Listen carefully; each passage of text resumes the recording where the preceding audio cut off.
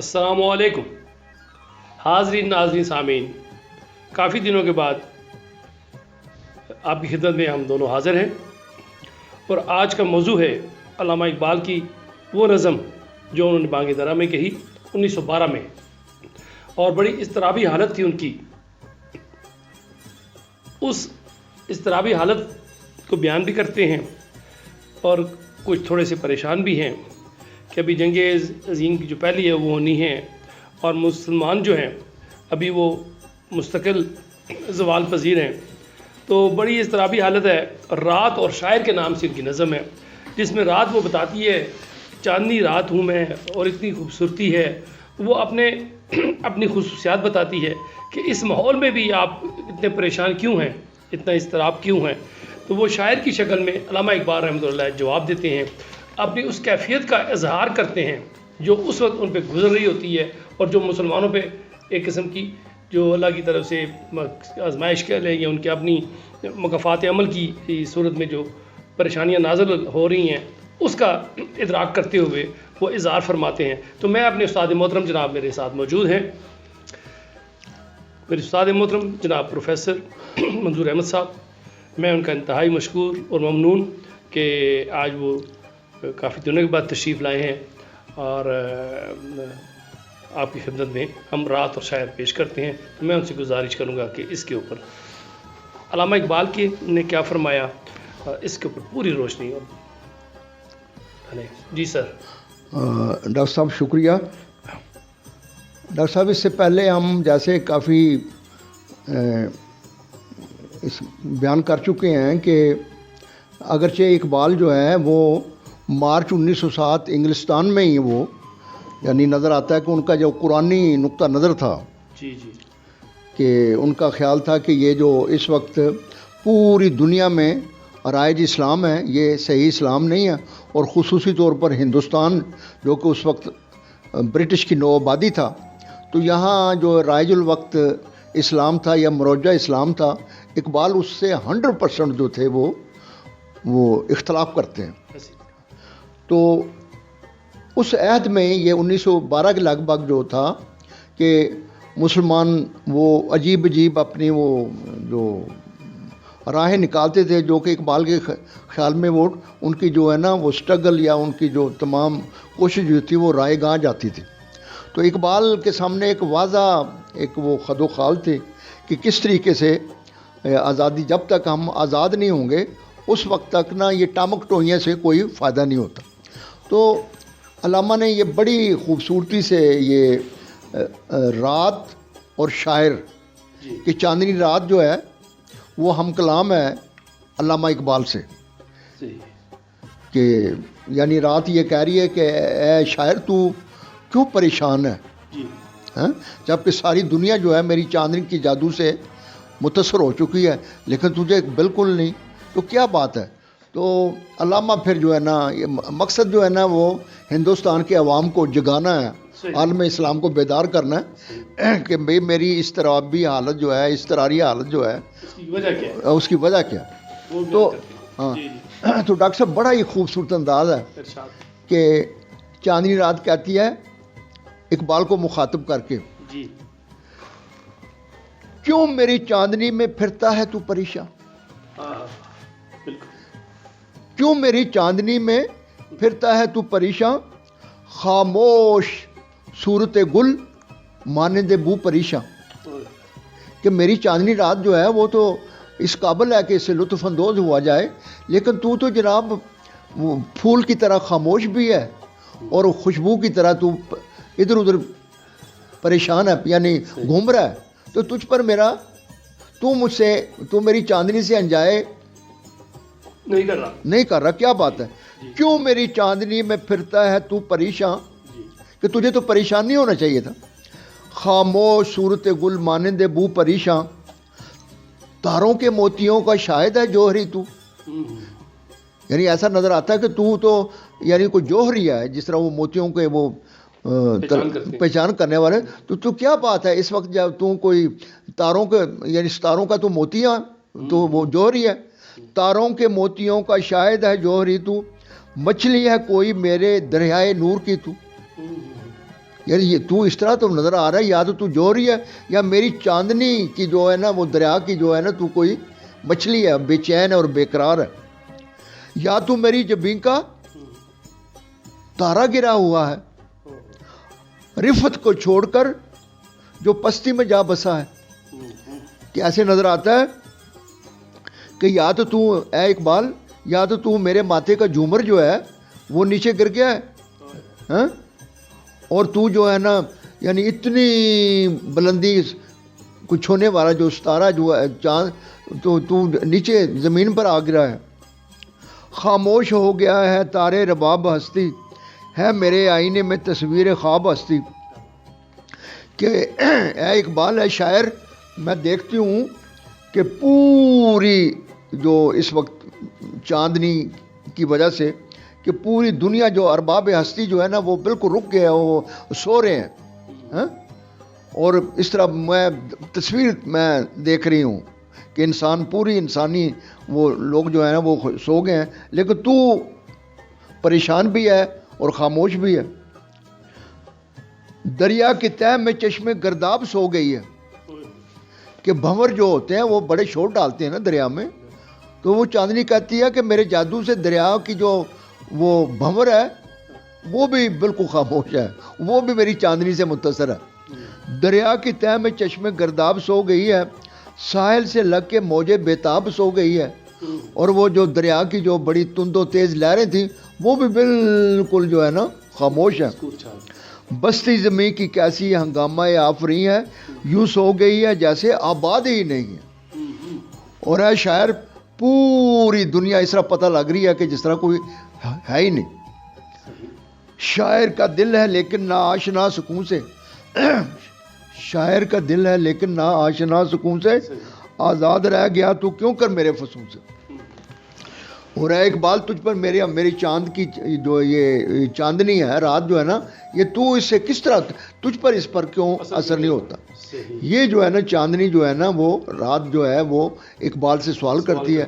اب اقبال اس کا لوگوں کو تو ڈاکٹر صاحب دیکھیں کہ اقبال نے فطرت کے کوئی بھی جناب نا پہلو ہو، اس کا کوئی بھی ڈائمنشن ہو، اس سے بھی اس نے جناب نا کام لیا ہے کہ جناب نا لوگوں کو جگایا جائے، لوگوں کو بیدار کیا جائے، آزادی سے لوگوں کو، ہاں، تاکہ غلامی سے لوگ باہر نکلیں اور ان کو پتہ، اور پھر بطور، ہاں، اور یہ بتایا جائے کہ تم مسلمان ہو کہ یہ تمہاری زندگی ہے۔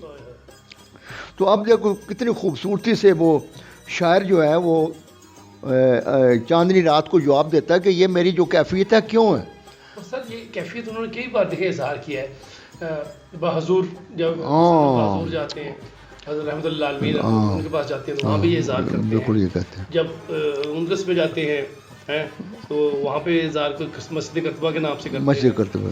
پھر آپ افغانستان جاتے ہیں حکیم نسائی کے نام سے، ہاں وہاں کرتے، کبھی خضر راہ میں کرتے ہیں، کبھی مسلم کی شکل میں کرتے ہیں، کبھی موسیٰ علیہ السلام سے بات کرتے ہوئے، کبھی جبرائیل علیہ السلام سے بات کرتے ہوئے، کبھی مجلس شورا، ابلیس کی مجلس شورا میں کیا کچھ کہا جاتی ہے۔ تو ایک اضطراب تو تھا نا، مگر اور پھر وہ ایک دفعہ وہ جو کل ہم بات کر رہے تھے، بلکہ زاد اور رند کے حوالے سے بھی انہوں نے کی، مولویوں کے حوالے سے بھی، یہ مولانا حضرات جو انہیں تنگ کر رہے تھے اس وقت کے بڑے بڑے مولانا ابو الآزاد تھے، علامہ مشرقی عنایت اللہ مشرقی صاحب تھے، اور اس طرح بہت سے تھے، اپنے تین شاید وہ بہت کہتے ہو مگر وہ بھی نہیں سمجھ پائے، وہ بھی نہیں سمجھ پائے، تو پریشان تو تھے نا، کتنے بڑے بڑے علماء اور شیوخ بھی وہ بھی نہیں سمجھ پا رہے، اور یہ پھر ان کو بھی لتاڑ رہے ہیں۔ ایون کہ مولانا رومی رحمۃ اللہ کو دیکھے گیا، وہاں پہ انہوں نے پہلے انہیں کیا کہا ہے، انہیں کہا ہے رومی کہا ہے، مولوی کہا ہے، مولانا کہا ہے، مگر جب ان کے اوپر وہ قرآن اشفا ہوا، یعنی کہ کھلا افشاں ہوا، کھلا عیاں ہوا، اور پھر اس کے بعد انہوں نے اس کو پیر مرشد مانا اور ان کو روحانی استاد بھی کہا انہوں نے، تو وہ اضطراب کی حالت تو 34 تک رہی ہے۔ ہاں ڈاکٹر صاحب آپ بجا فرما رہے ہیں، دراصل اقبال کا نقطہ نظر یہ ہے کہ یہ جو قدیم جو یونانی حکمت تھے، سقراط اور یہ افلاطون اور یہ ارسطاٹل اور یہ قدیم ہندوستانی، کہ انہوں نے جو خاص کر کے یعنی قرآن سے پہلے جو انہوں نے نظریات جو ایک حقیقت پانے کے لیے، کہ ان کا نقطہ نظر تھا کہ حقیقت رسی کا ذریعہ عقل ہے اور معقول یہ حقیقت ہے. ڈاکٹر صاحب غور فرمائیں اس پہ کہ عقل یعنی حقیقت رسی کا ذریعہ عقل ہے، صرف ذہن ہے، لہذا معقول یہ حقیقت ہے. اب انہوں نے کیا دوسرا نظریہ کیا بنایا ہوا تھا کہ محسوس غیر حقیقی ہے. محسوس یعنی جو تمہیں کانوں سے آنکھوں سے فیلنگ سے محسوس ہے وہ کہتے تھے یہ غیر حقیقی ہے، اور کائنات چونکہ محسوس ہے لہذا کائنات غیر حقیقی ہے. اب اس اینک سے انہوں نے جب وہ قرآن کو پڑھا ہے تو انہوں نے وہی تفسیر کی ہے. تو پھر انہوں نے آپ نے اپنی کثیر دیکھ لیں، بڑے بڑے علماء کی تفسیر دیکھ لیں، بڑی ہوئی ہیں ایسی نظریے. اور جیسے آپ نے یہ بجا فرمایا کہ دیکھیں نا کہ پیر رومی بننے سے پہلے روم جو تھا وہ اپنے جدی پشتی وہ اور وہاں مدرسہ چلا رہے تھے، صدیوں سے چلا رہے تھے، اور ان کے مدرسے ہزاروں لاکھوں لوگ جناب علماء بن کے نکلے، اور وہ اپنے تھے وہ سمجھتے جبکہ وہ بڑی خدمت کر رہے ہیں اسلام کی. اب جبکہ اقبال جو ہے وہ جو تبریز کا جو روحانی مرشد ہے کمال، اس کے کہنے پر جب وہ ٹریس آؤٹ کرتا ہے وہ حلب میں جو مدرسہ تھا، اور وہاں جو دیکھو کتنا وہ بغیر کسی لگی لپٹی وہ آ کے کہتے ہو تو یہ کیا پڑھا رہا ہے. وہ کہتا تجھے نہیں پتا میں تو یہ تو شریعت ہے، یہ تو بڑی میں یہ تو بڑی حکمت کی باتیں تو اور تو یہاں سے نکل جا. لیکن جب وہ تبریز جو ہے وہ عشق کے حوالے سے جب وہ ساری کتابیں جو ان کو آگ لگ جاتی ہے تو پھر اس کے بعد جو ہے پھر وہ جلال الدین رومی جو ہے مرد مومن والی نگاہ سے جب دیکھتے ہیں تو ان کی ساری کتابیں جل جاتی ہیں. تو یہ 13ویں صدی کی وسط کی بات ہے. اور اس کی کتابیں جلنے کے بعد بھی وہ پیچھے پیچھے پہ چلے ان کے کہ بھی تو کون ہے، کہاں سے بزرگ آیا، کیسے ہے، میری صدیوں کی محنت ہماری تو نے راکھ کر کے ڈال دی ہے. بالکل بالکل. تو اب وہ دیکھیں اس علماء، اس ٹائپ کے علماء، اس دور کے علماء اور اس پائے کے علماء کے ساتھ ان کا مقابلہ ہو رہا تھا، جو کہ وہ کیا کہتے ہیں ارسطو اور سقراط کے لے کے چل رہے تھے. اور جبھی تو یہ اسے اسلام نمبر 2 کہتے تھے، اجمی اسلام کہتے تھے، کبھی نمبر 2 اسلام کہتے تھے، مروجہ کبھی اسلام کہتے تھے. تو یار یہ اسلام نہیں ہے جو مروجہ سے، یہ اسلام جبھی تو ریکنسٹرکشن آف اسلامک تھاٹ بھی لکھ دی انہوں نے کہ بھی چینج کرو یار، یہ غلط ہے، قرآن کو فالو کرو، قرآن کی نظر سے دیکھو، یہ تو قرآن ہی نہیں ہے جو ہم پڑھا رہے ہیں. بالکل. تو یہ یعنی یہ آپ ڈاکٹر صاحب خود اندازہ لگائیں کہ اقبال کو کتنی محنت کرنی پڑی اور کتنا زنگ لگا ہوا تھا. یعنی یہ اتنا رسٹی میٹیریل تھا کہ جس طرح کوئی رسٹی میٹیریل تو بار بار ریگ مار لے کے آپ کیروسین آئل لگا کے بھی آپ رگڑتے ہیں پھر بھی وہ چمک پیدا نہیں ہوتی. تو اس آدمی کا حوصلہ دیکھو، اور یہ گاڈ گفٹ کے لگا ہوا ہے. سر پاکستان تو حاصل کر لیا ہم نے، ملک بھی حاصل کر لیا ان کے نزدیک کے مطابق، زمین بھی حاصل کر لی، سب کچھ کر دیا، مگر آج تک ابھی تک وہ ہماری ہے وہی ترجمے چل رہے ہیں، وہی متراجم چل رہے ہیں. سر سید خان نے کوشش کی، اس کو بھی انہوں نے کافر کہہ دیا. علامہ اقبال نے کوشش کی، ان کو بھی انہوں نے کافر کہہ دیا. علامہ پرویز نے کوشش کی، اس کو بھی انہوں نے کافر کہہ دیا، کیونکہ وہ سارے قرآن کی باتیں کرتے ہیں نا.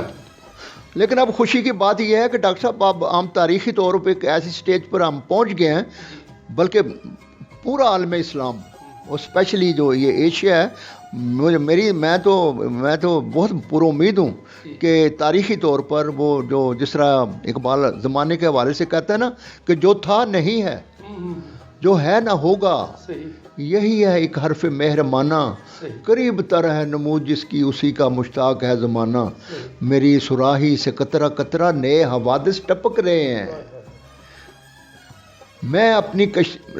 میں اپنی تسبیح روز و شب کا شمار کرتا ہوں دانا دانا، ہر ایک سے آشنا ہوں، جدا جدا رسم و راہ میری، کسی کا راکب کسی کا مرکب کسی کا عبرت کا تازیانہ.